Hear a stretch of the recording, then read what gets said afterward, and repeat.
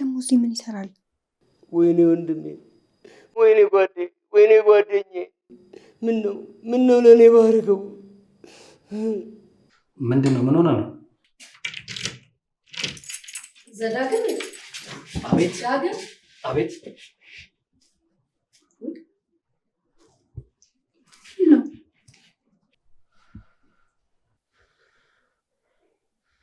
ዛሬ እንዴት ነው እንክብካቤ አብዝተሃል?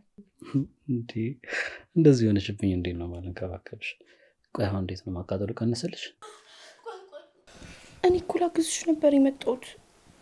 በጣም ይቅርታ የኔ እናት። እኔ ልቃጠልልሽ? ቆይ አንድ ጊዜ ዘይት ላምጣልሽ። እሺ እሱ ሲደረግ ይተውሻል። እኔ ልንገብገብ።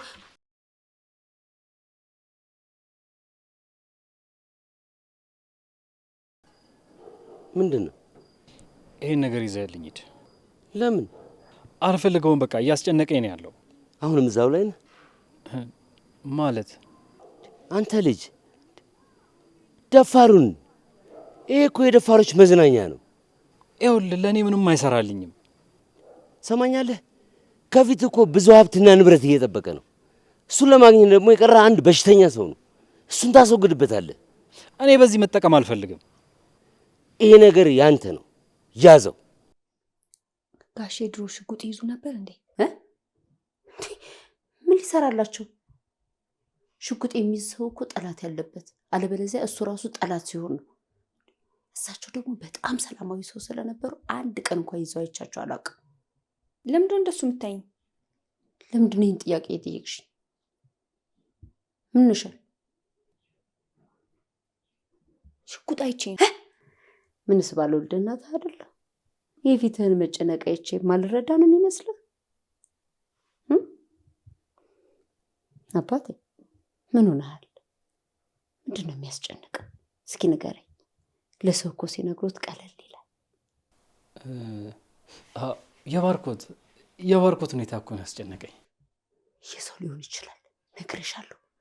እንዴት ብለሽ ትነኪና አርፈሽ ተቀመጪ። እንዴ እኔማ ምን ይሰራልኛል? ሳይው ደንግጬ ነው እንጂ። በቃ አንቺ ራስሽን አረጋጊ። ልጅ ወደ ጥናትሽ። እሺ ግን እኮ ስማ፣ ባገኘው አጋጣሚ ሁሉ ባርኮት የቤተሰቡን ሐዘን እያሰበና ራሱን እየወቀሰ እንዲኖር ማድረግ አለብህ። እሺ ማን ያውቃል፣ ራሱን አጥፎ ልንገላገል እንችላለን።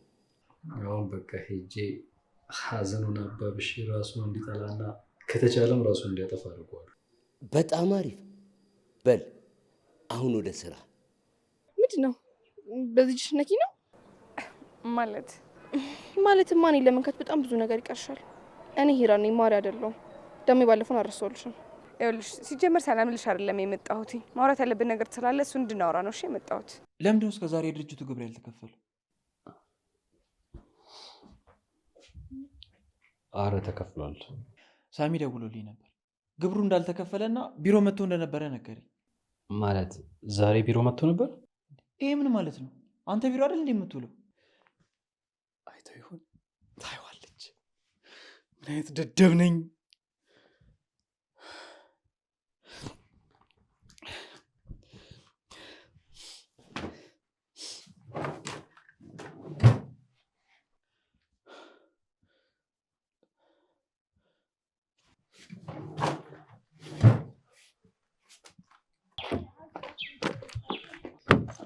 ኔላ የት ምቹ መንደር ነው። በዛ ላይ መንጃ ፈቃድ የለሽ።